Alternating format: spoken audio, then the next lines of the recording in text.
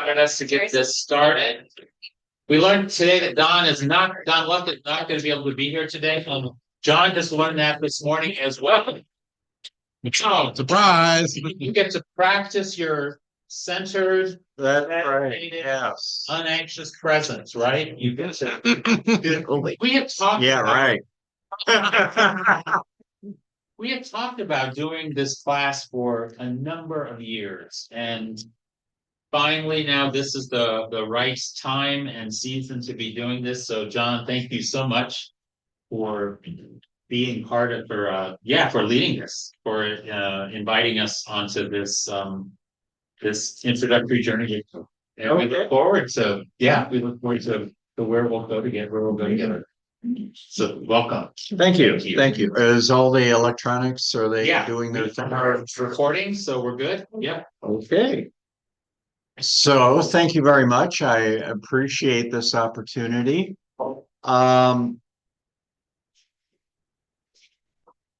I guess to get started, tell you a little bit about my journey, kind of what brought me to Buddhism and what that means for me.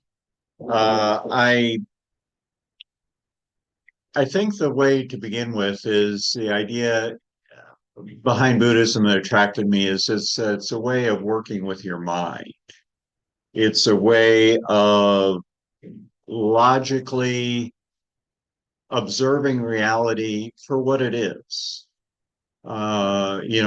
Essentially, to try to just look as best we can with no filters, no preconceptions about the way we want reality to be, but just looking at it for what it is.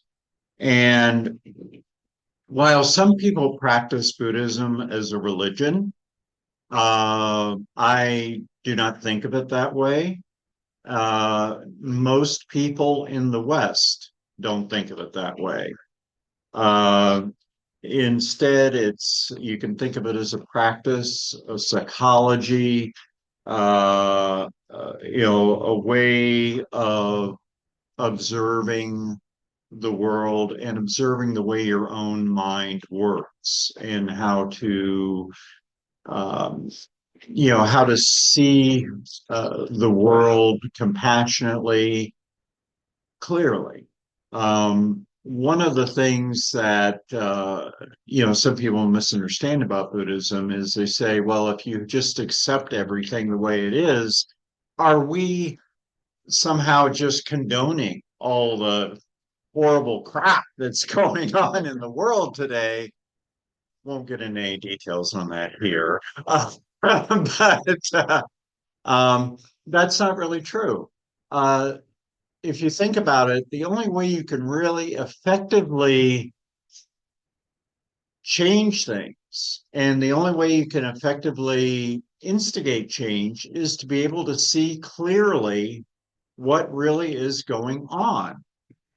And that is the practice, to see clearly what's going on in yourself and among your loved ones and society as a whole. So this is really what drew me to Buddhism. Buddhism is non-theistic. There really is no God to speak of.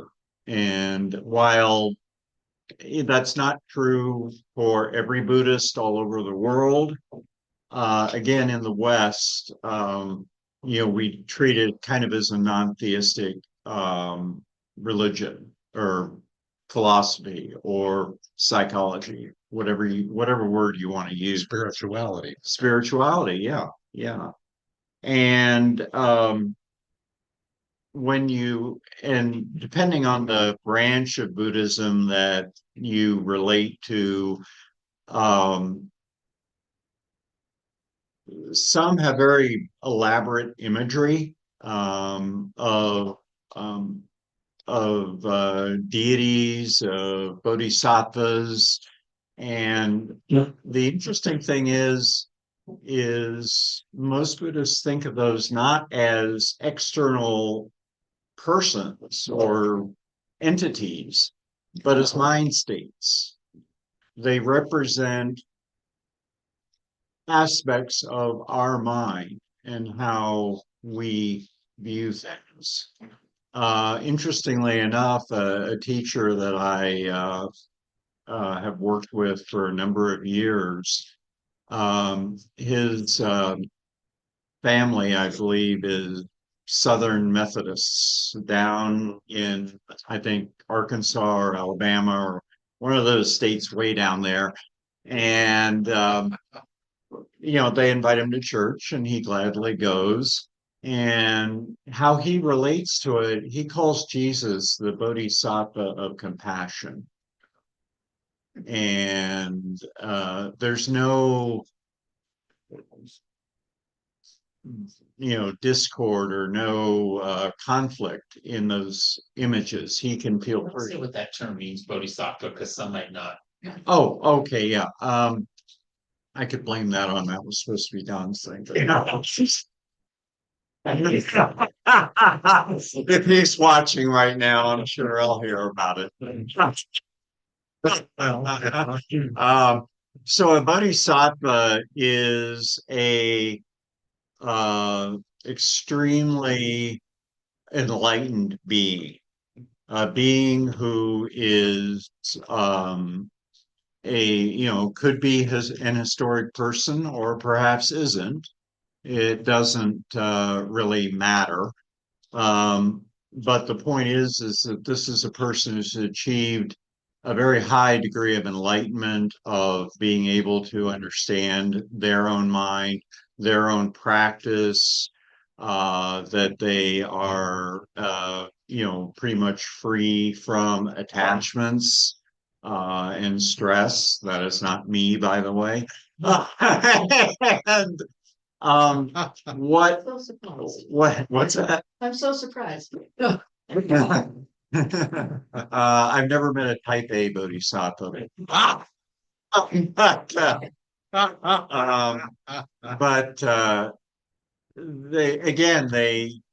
the idea is that they are teachers, guides along the path, examples, but they're not gods in the way that you would think about it in, like, say, the monotheistic religions, in the way they generally speak of a deity.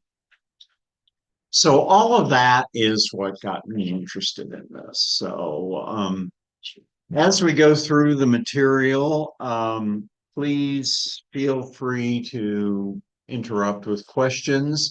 I have allotted 9 minutes, 42 seconds for questions because I am type A, as I said. And we'll go ahead and get started. So, kind of to kick off today, I'd like to talk a little bit about just the origins of Buddhism and the Buddha, who again is not a deity, not someone to be worshipped, but rather someone to see as an example, a guide, a fellow walker, someone who shows us that what is possible for all of us to be and do. In a sense, in Buddhism, it's critical that you don't see the Buddha as a god, because the whole point of it is he is the example of exactly who all of us have the capability of becoming.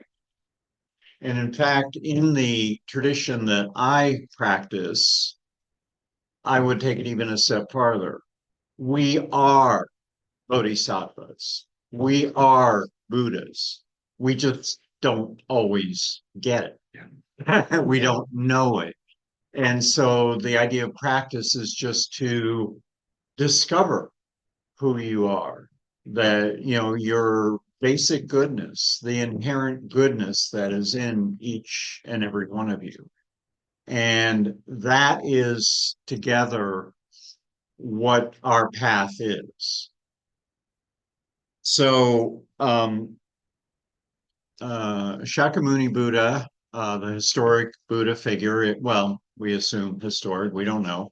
That was 2,600 years ago. So, we don't know the details or anything, but the story goes, the myth, the legends, if you will.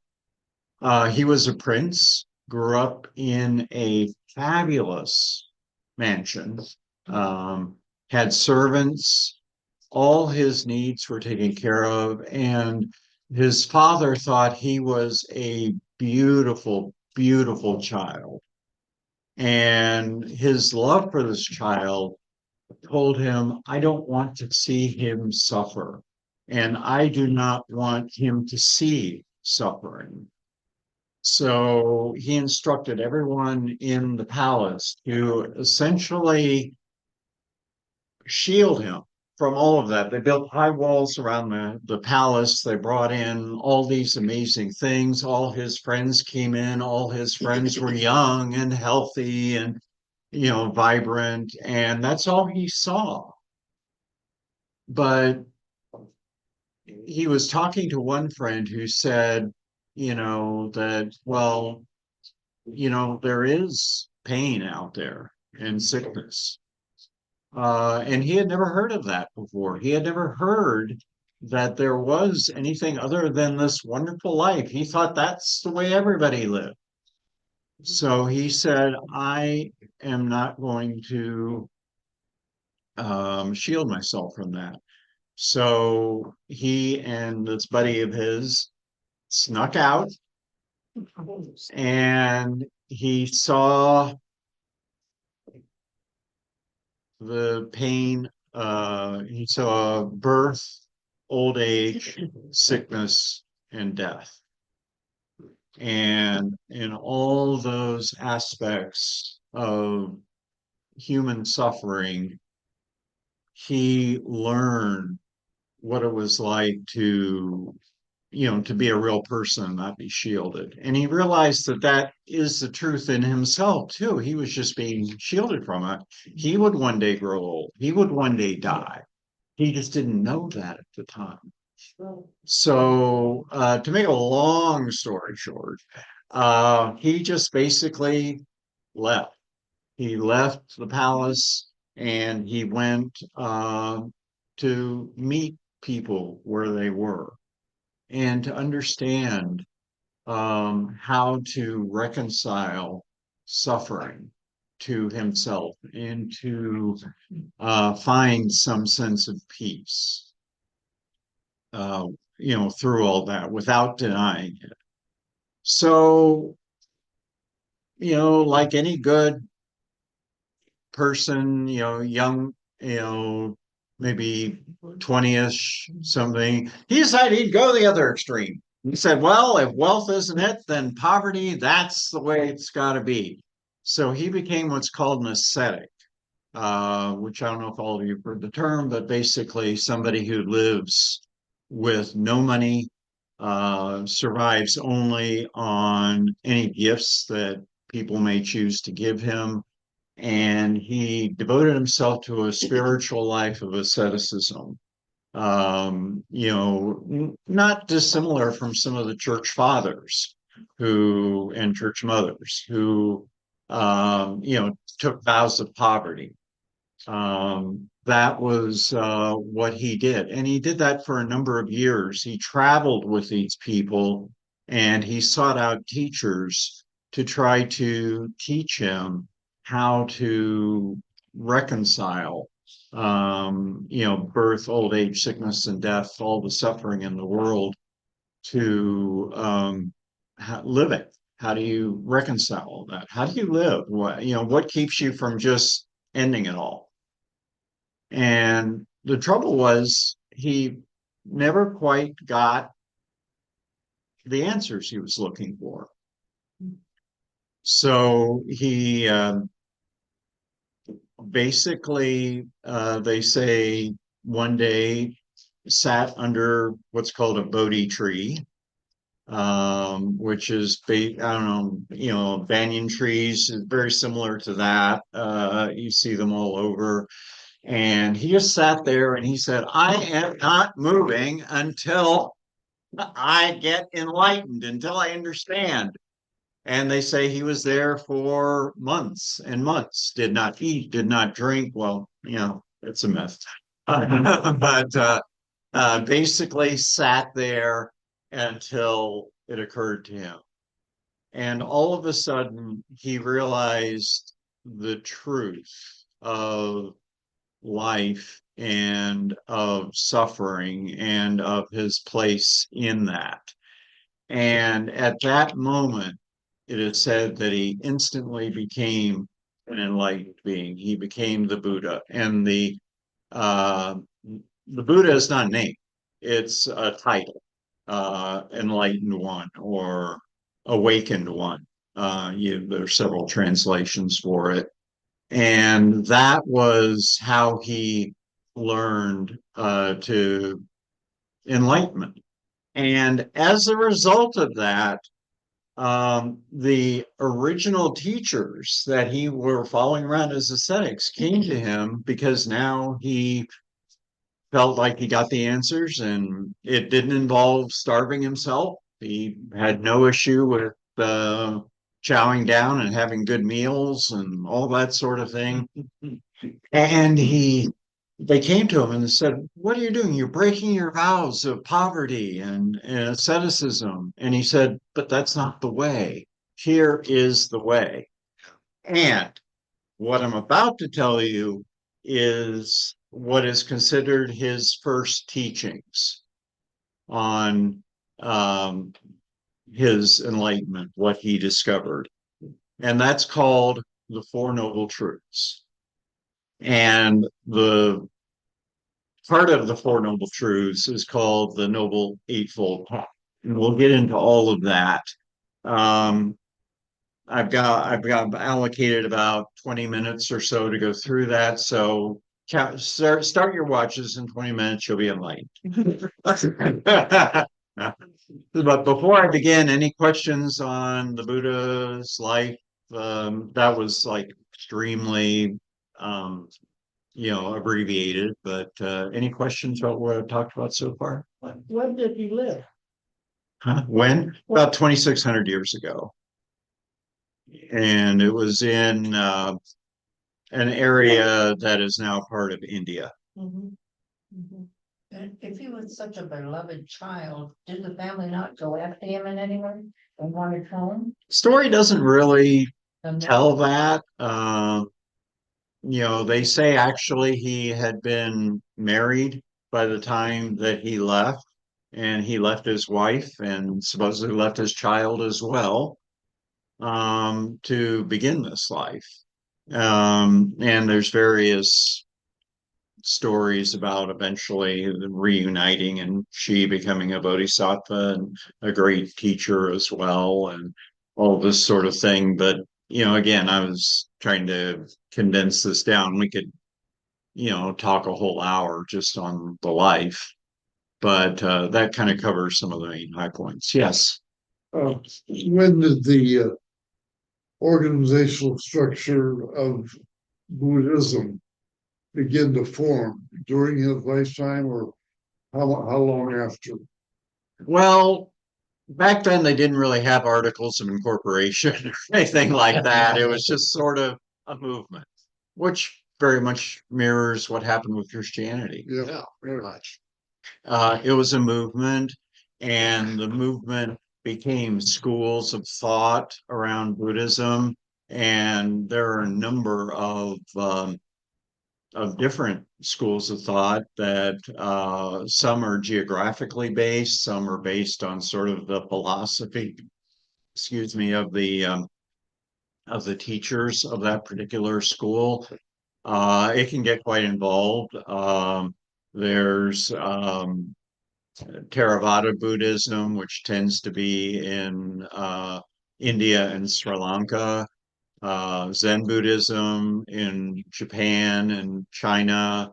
Tibetan Buddhism which happens to be the lineage that I study in. Um, and they all have different flavors. And one of the interesting things about Buddhism is that it freely adapts itself to wherever it is. So when Buddhism came to the West, it had, a lot of the Eastern trappings were dropped. And it was seen as something that kind of took off like the 60s, hippie counterculture, that kind of thing. But it was real interesting that a lot of the teachers, including one in my tradition, Chogyam Trungpa Rinpoche, say that 10 times fast. um, he was very concerned about the exoticness of traditional Buddhism, and that people were more drawn to, ooh, this is cool and countercultural, and this is very mystical, and that type of thing. And we're more focused on the trappings than the teachings. So that's one reason why it kind of, in the West, we tended to kind of loosen a lot of the kind of practices, imagery, things like that, that you might see in Eastern sanghas or Eastern temples, that type of thing. Did that answer your question? Um, yeah, I think basically. Okay. Yeah, one of the things also that's interesting with Buddhism is, by and large, Buddhism never developed denominationalism. We know the history of Christianity, that there's a whole lot of schisms and fighting. There were religious wars and things like that. And while a little bit of that exists, by and large, Buddhists just, get along. They may disagree, and they may have a lot of really vigorous arguments about different points, but it's not doctrine. It's not belief systems. It's, about practice and about understanding your own mind. And there's no threat. If I'm, say, a Tibetan Buddhist and you're a Theravadan Buddhist, we get along perfectly well. We might have some fun discussions, but, no issues. Yes. That would seem to me that then in the West, Buddhism could be very open to secular progressivism and humanism. Hmm. Yeah, in fact, there's a lot of work that's being done with Buddhist meditation and psychology. A lot of things from brain studies to all sorts of things, trying to understand mindfulness and how it relates physiologically to our nervous systems. A lot of very fascinating work being done on that. One other thing, I'm aware that there's at least one and maybe more Buddhist chaplains in the U.S. Navy.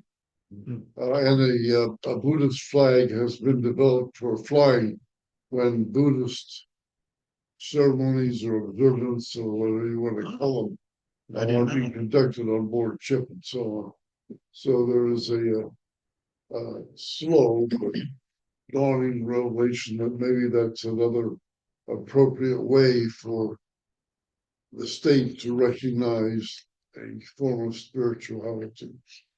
Yeah, it's interesting because it's all this whole idea of spirituality, religion, and things, little problematic, because in Eastern thought, they, when Christian missionaries came over to the East, they didn't really understand Buddhism. And so they called it a religion, they called the Buddha their God and all that, because they were essentially taking their paradigm and imposing it onto a totally different culture. And it was considered, okay, basically they were trying to fit Buddhists into their boxes. And and that sort of thing. And it doesn't really work that way. But yes. It happens I have some Jewish friends, and I'm aware through them of a network of quite a few Jewish people who are both Jewish and Buddhist. Mhm. And Jubus, they especially call them. in the huh? They call them Jubus. Jubu, yeah. And especially since the Holocaust, Buddhism has enabled numbers of Jewish people and families to find the inner resources, the peace, the spirituality, to enable them to be completely Jewish with all the festivals and Yeah. traditions, and also completely Buddhist. Right. And And it's beautiful. It really is beautiful. and the same is true with Christianity. Yes. There's a book Don Luck introduced me to. Without the Buddha, I could not be a Christian. Right. And I read that book. It's a cool book. Yeah, And it's very good. I didn't put it on my bibliography. I forgot that one, but that's another one you could write down if you want to and read. Well, anyway, unless there are other questions, let me. Over here. Oh, yeah. Yeah, I've been told by more than one Buddhist that I've met that we are all Buddhists. That it's that compatible with other. Yeah, there again, it's not a religion, at least not how most people in the West practice it. And there's no distinction. My baptism did not go anywhere when I took the Refuge vow and the Bodhisattva vow.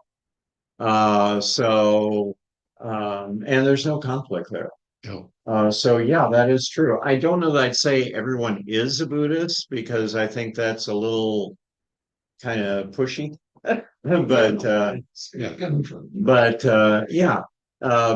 In fact, there's one saying, one famous Western teacher said, he said, "We don't need more Buddhists. We need more Buddhists." Huh. So, yeah, I mean, anyone could take up this practice and take up this study of your mind and things like that. And one of the things that we'll do, I'm mixing up everything from the outline because we're punting a little bit today. But starting next week, for the next 3 weeks, we're going to do 3 different types of Buddhist meditation, which will give you a taste of working with your own mind. Now, we're only going to do about 10 minutes each week. So that's not, it's not a lifelong practice by that point. And it's just intended to kind of give you a little taste of different ways. There are thousands of different meditation practices you could do. I picked out 3 that I think would relate well to you and give you a good cross section. The first one is called shamatha, which is basically calm abiding. It's considered the foundational practice of meditation, where you focus just on your breath and focus on your mind and your thoughts and that type of thing. We will then move to, on the 3rd week, we'll do the second form, which is called Tonglen. Has anyone heard of that one? Okay. And that is the taking and receiving. It's called a compassion practice because what you do is on the in-breath, you take in suffering, either your suffering, the suffering of someone you know, or in a broader sense, the suffering of a whole population of people, such as the people in Gaza, for example. And you just take that in, and then on the out breath, you breathe out the wish that they be free of their suffering. And it's a compassion practice. It doesn't change per se what's going on with the other person, but it changes you. It changes your mind so that you are more open and more compassionate, despite what Elon Musk says about compassion and empathy. And then the third practice, which we'll do on the 4th week, is called Wind Horse. Anyone heard of wind horse? That is a Tibetan practice for confidence. And in this world, in this time, this is a practice that's so close to me. I do it almost every day. And it's a short practice. It can be done in as short as 3 or 5 minutes. We'll take a little longer so I can give a little explanation to it. But it's this idea of taking your seat through the winds of life, and being able to sit confidently, to have trust in your own innate intelligence and your own innate goodness, and to be able to keep that seat despite all the insanity that's going on in the world. So I thought that would be that's a practice we all probably could use. So that'll be on the fourth week. One of the books in the bibliography, for a second, it's the fifth one, Confidence, Holding Your Seat Through Life's Eight Worldly Winds. That entire book is about this practice and about the subject of confidence. So if you relate to that after, and you want to say that further, that's a great place to begin. Anyway, if I'm going to get through the Four Noble Truths and the Noble Eightfold Path and get you enlightened before you get out of here, we better get going. So, Four Noble Truths. How many have ever heard that phrase before? Okay, and you may or may not know, be able to recite them. I'm not going to embarrass anybody by asking. I am going to talk about them in slightly different language than you might hear in most traditional lists. This is, I figure if Dave can bring in these radical new Bibles with updated language and everything, I can do the same thing for Buddhism. So, like I said, this is the Buddha's first teaching. Some people call it his North Star in terms of what it is. It's fundamental to Buddhism, and it's something that all Buddhists everywhere acknowledge. So, the first noble truth, suffering exists. Remember, he came not knowing that that existed. So for him, that was a big revelation. Suffering exists, and there's different kinds of suffering. And Buddhism, by the way, loves lists. I always joke that Buddhism invented PowerPoint.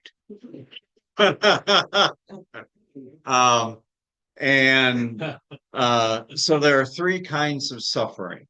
There's the suffering of suffering, which is just that kind of, feeling of angst, that feeling, of pain that we all tend to feel.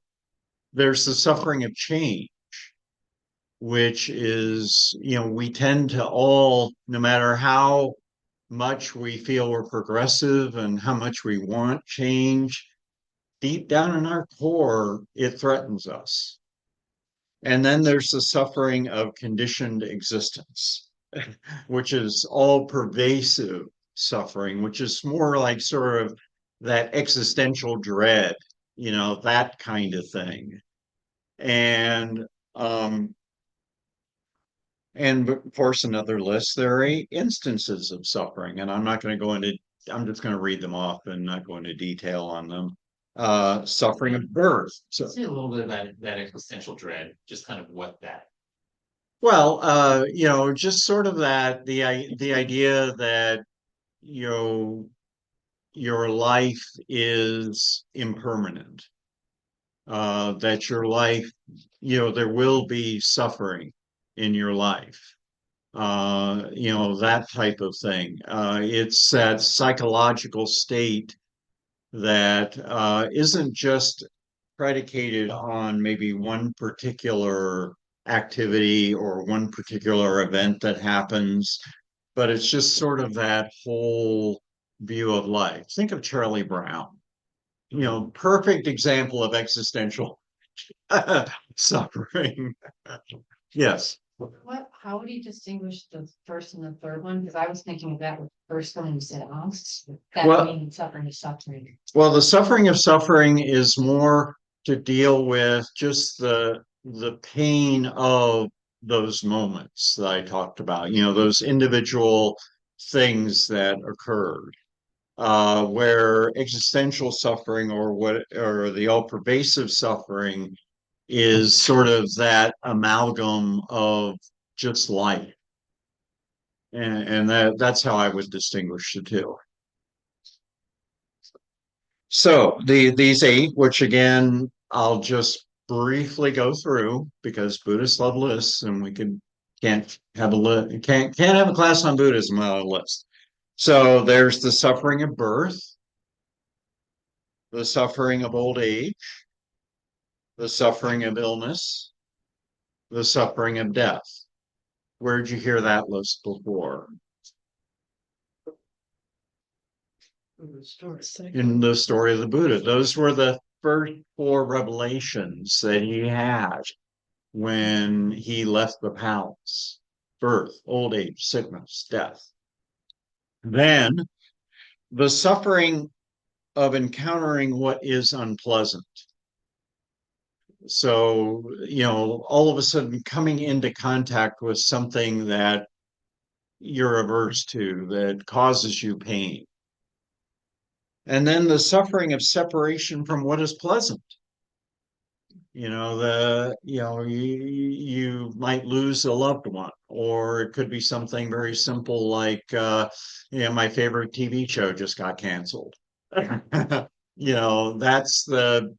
That's kind of what that refers to. The suffering of not getting what you want. And then finally, the suffering of the 5 appropriated aggregates. And I'll go through yet another list. And again, the idea, I'm not doing this just so there's going to be a test or anything, although there will be. It's the idea that I just wanted to see what I love about Buddhism is that it's so systematic. It's the careful observing of what goes on in our minds. So these aggregates, form, what we see, what we can touch, sensation, how that form imbues us, how we react to that form. Perception, we get these feelings. Now, what do we think about them? And that's a cause of a lot of suffering, because think about it, something happens, form, then that causes a sensation in our nervous system. And then we lay on an interpretation of that. And that is where much of our suffering comes from. I am a perfect example of that. There's so many times when something might happen at work, thing happens, I have a feeling about it, and then I lay on a storyline. And that's when, as Chad can attest, I spin at that point. Then mental formations. This is where you then take that story and start developing a monologue in your mind about, oh my God, I'm spinning out about this and that and everything and all the stuff that's going on with it. You're fantasizing about, okay, that means that in 3 months, then I'm going to get stuck with this other thing that I've got to do. And then in 4 months, what's this going to happen? And blah, blah, blah, blah, blah. Anyone had that feeling? And then consciousness, which is just being aware of those other four things. So those are the aggregates. Is there a suffering of bliss? Yes, just take a real class on Buddhist by a qualified teacher, and you will find it. Yes. So that is number one, the first noble truth: suffering exists. The other three, I'm going to go through a little quicker. The second one, suffering has a cause. So suffering exists. That was a revelation. The next thing you realize, there is a cause to suffering. And then there's a much shorter list about that called the three poisons. Anyone heard of that expression? That's not true. Yeah. The three poisons: greed, hatred, indifference. So these are the causes of suffering. Greed or attraction, you're desiring something that you don't have, an external thing that you're, wanting to somehow possess. That's greed. Hatred, the repelling, the exact opposite, something that you want to push away from yourself. And then indifference, which is just a way of negating what you don't want to deal with. It's just sort of like, oh, there's this person at work who just drives me crazy, so I am just going to ignore them. I'm just going to pretend they do not exist. They are not in my world. So those are the three causes of suffering. What do they have in common? Let me just ask real quick. Any ideas? What do you guys think? Yes. You mean like centering yourself? What's that? Like centering yourself and your need? Say a little more. Well, like if you're feeling like I want that, or I don't like that, or I don't really care about that, it's like about yourself. Yes, you're very, very on the spot on that. Yes. Any other ideas? They're all egocentric, Yeah, exactly. Same thing as Heidi said. Yes, absolutely. Yes. They're a denial of reality. Yeah, perfect. Yes, yes. That is exactly right. Yes. I don't want things to be the way they are. Right. Yes. So one way to think of this is one of the big things that we fight with as we work with our minds is this idea of dualistic thinking, the separation of self and other. This idea that there is this distinct reality or this distinct person that is somehow separate from myself, and I can be unaffected by that. And it's not the same thing as saying we are all one, kind of that 60s hippie kind of thing. That's also dualistic thinking. Because to say that we're all one is implying that we're putting two or more things together. I'm not going to get all geeky and go into detail because, again, could get very, very complex. But the idea is that what we want to do is we want to remove the whole idea of dualistic thinking and to do what's called just calm abiding. Just simply detached observing of what is, not denying it, not trying to be indifferent, not trying to push away, not trying to grab a hold of. These are all the things that cause suffering. Pick a famous person or a political person, something like that you can see examples of what causes suffering. This idea of having to hold on, that you've got this external thing that you've made into a reality and that you're saying this has to be this way, regardless of facts, regardless of anything. And that is you know, the cause of so much suffering, because they're wrenching reality up, apart from itself and making it their own construct. So that is the second noble truth. So again, first noble truth, there is suffering. Suffering exists. Second noble truth, suffering has a cause. The third noble truth, suffering has an end. There's a famous Buddhist saying, maybe some of you have heard it. Pain is inevitable, suffering is not. Anyone ever heard that before? Yeah. So again, pain is inevitable, suffering is not. So think about this. Remember the aggregates, form, sensation, fun stuff. That what happens is something happens, you can't stop that. It reacts with your nervous system. You can't really stop that either. But the suffering comes in when you start with the perception of what that is. You put on a label and then you build stories around it. That's where suffering begins. So that's why we say that pain is inevitable and that there are sensations that are painful, and we're not going to deny that.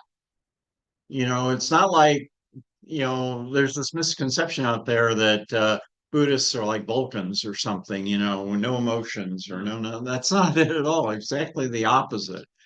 But it's that putting that storyline up things. That's where suffering starts, and that's where we have the ability to turn our minds in a different direction.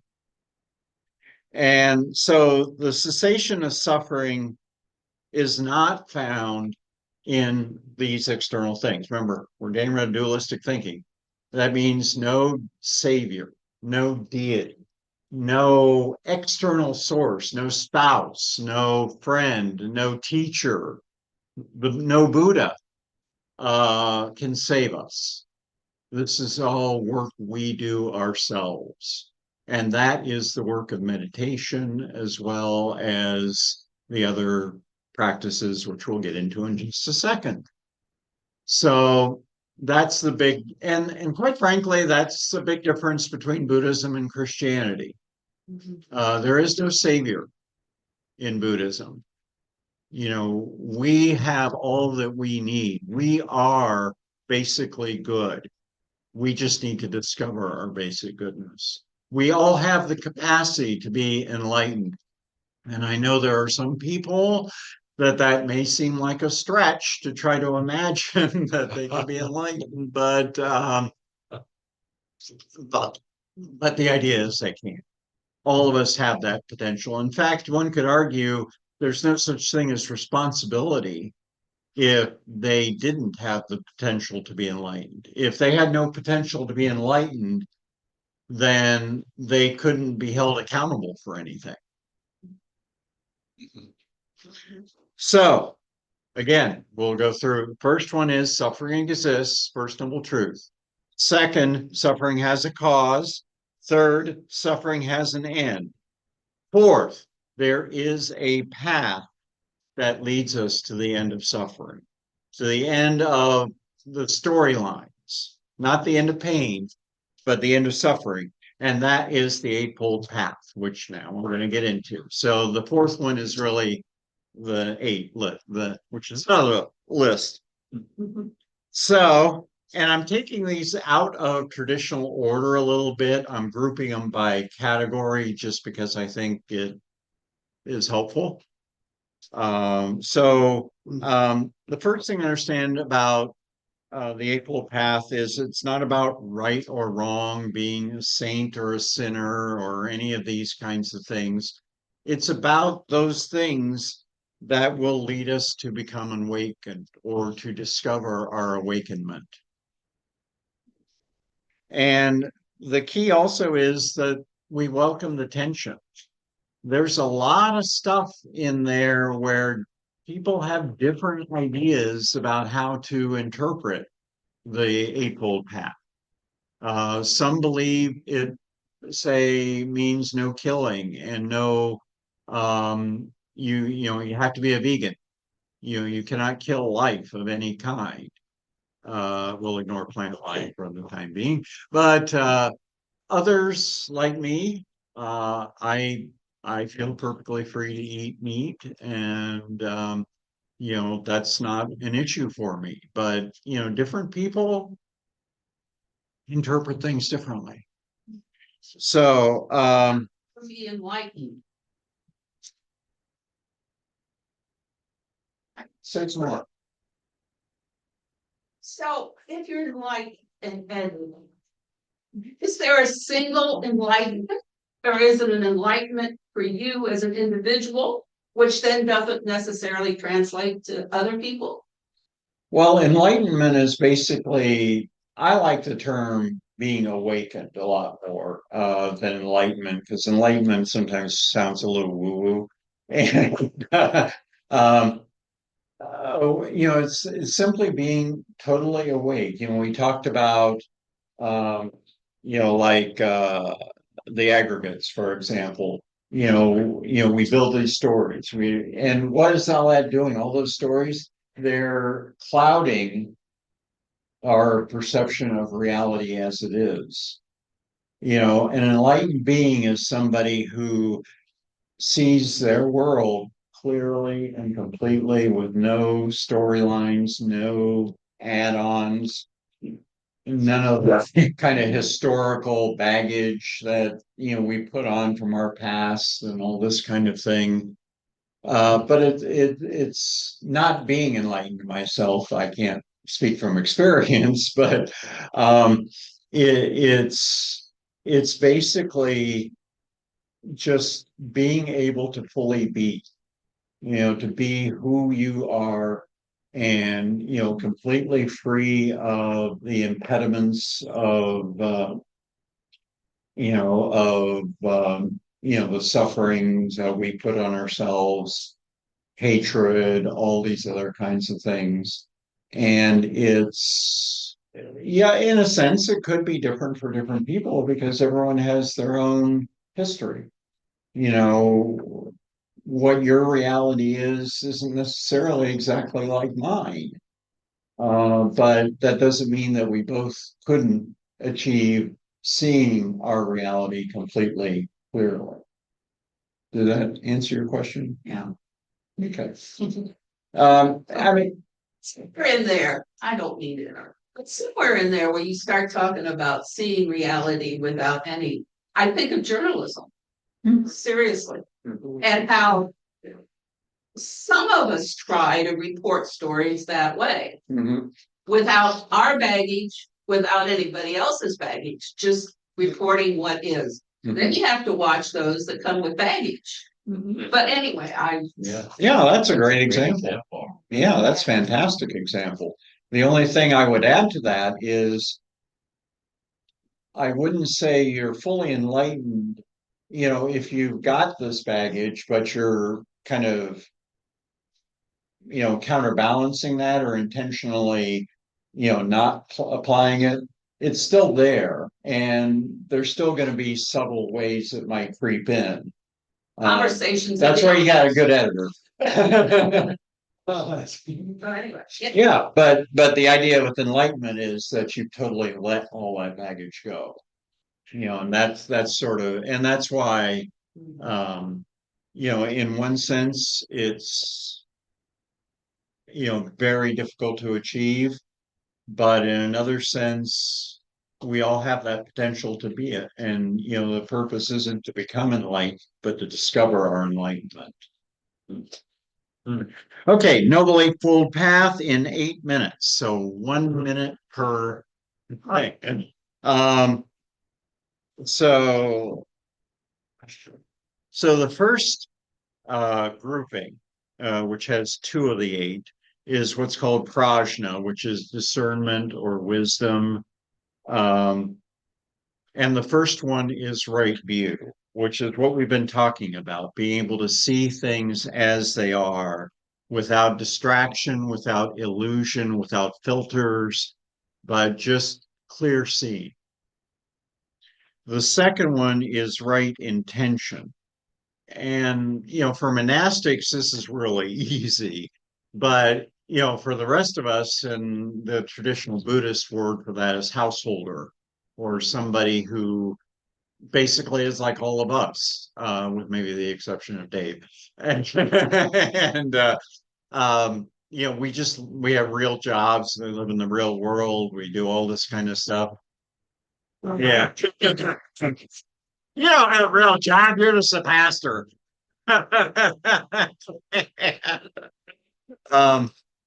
But it's basically just, focus, not getting caught up in the agendas that the world, throws at us. And that's the first grouping, which is discernment or wisdom. The second grouping, that has 3 of the 8, is what's called Shila or ethics. And this is right action. It's not just renouncing what you do, what's bad or whatever, but it's deciding what we will do. And this gets into like an example about, do I eat meat or not? One very classic example, but there are hundreds of others. In ancient Buddhism, you couldn't be a Buddhist if you were a butcher. Because that job by definition is killing. Right speech, which is more than just what to say, but also like avoiding idle speech, avoiding unnecessary speech. Why? Because that clouds reality for other people. A great example of this, social media. Perfect example of idle speech. I mean, while it has the potential to say things clearly, and there are posts that I've seen that do that, 99.99999 go out maybe 3 or 4 miles from here. Of that stuff is idle in the sense that it is not purely focused, but it is just spinning out clouds and obfuscation and that type of thing. And then right livelihood, that gets to the whole idea of the butcher. But it's more than that. Right livelihood is about how do we benefit humanity while earning a paycheck? What do we do that benefits humanity? And, like I'm an agile coach. I won't even begin to explain what that is, but in what I do for our company, I feel like I am benefiting humanity and that I'm helping to create causes and conditions where there is less suffering, where people have a sense of pride in what they do, and that benefits the customers. I work for a bank, so if I help a team to create a product that helps, say, make it much more difficult to defraud an elderly person or a teen or something like that, that's a good thing. And then the last 3, samadhi, which is concentration. And that group of 3 is right effort, deciding where you're going to spend your energy. Right mindfulness, which is the meditation. Now, we talk about meditation, everyone's meditation crazy lately. And there is secular meditation programs and things like that. The difference between that and Buddhism is that meditation is only 1/8 of the path. So the other 7, that's where the practice of Buddhism then becomes distinct from many forms of secular meditation. And then finally, right concentration, which is basically our focus, moving toward wholesomeness, moving toward enlightenment, moving toward having the courage to see things clearly. Okay, that is the 8: right view, right intention, right action, right speech, right livelihood, right effort, right mindfulness, right concentration. And that is all the stuff that I have for today. So we've got literally 1 minute left, but yeah, The word right, when you're talking about not being dualistic, yeah. it seems the word right assumes wrong. So how is that not dualism? How is with all that right, not buying into? That's a great question. And the answer is, I don't know. In a sense, I don't know. I'm still on the path. I'm still learning. But I would say that the idea of right isn't that it's right versus wrong, but it's right in the sense of what supports us moving toward being awakened beings. So it's more just what is pointing us in that direction and not focusing on this dualism. Remember that the first things I said was this isn't like a set of commandments, or it isn't like right versus wrong or good versus bad, but it's about what supports us on that journey toward awakening. Speaking of that term, right, Dale, isn't there an expression in Christianity, meet, right, and salutary? And I never really understood what those mean. Yeah. That's the only other time I've heard the term Interesting, yeah. right used. And I always interpreted it as like appropriate, or Yeah. I'm not even Yeah. sure Yeah. how to, but Yeah. yeah. And the fact that so much of Christianity comes out of Greek thought, which is totally dualistic. Oh, right. I mean, that really. So what? Right and salutary mean, and real quick. Yeah. Like, Boy. Yeah, come on, Dave, it's your turn. you guys You know threw it at me. someplace where Yeah. Oh, yeah. say that, yeah, and I never really understood what it meant. Which means essentially an appropriate response to what God has done. Oh, okay. Right. So appropriate, I guess. Yeah. So Which- this would be so what you were appropriate saying. to our path. If it's Yeah. right, it's appropriate to our path.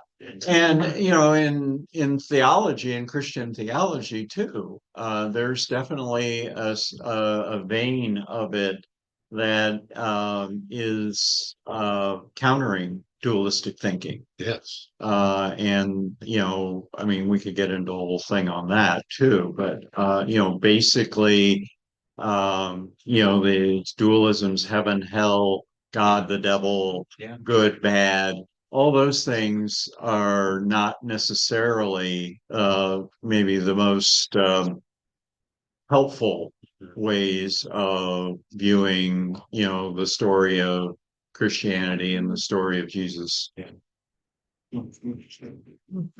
Job, the book of Job can be seen completely differently. Oh, If you great. move away Yes. from dualism and seeing it as a unity. Because in a sense, the accuser was trying to force Job into dualistic thinking. Son He of light. refused. Was the son of light. Yeah, that's a great.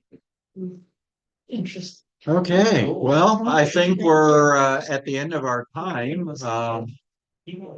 Thank you all for your kind attention. So can see lots of out. Yeah.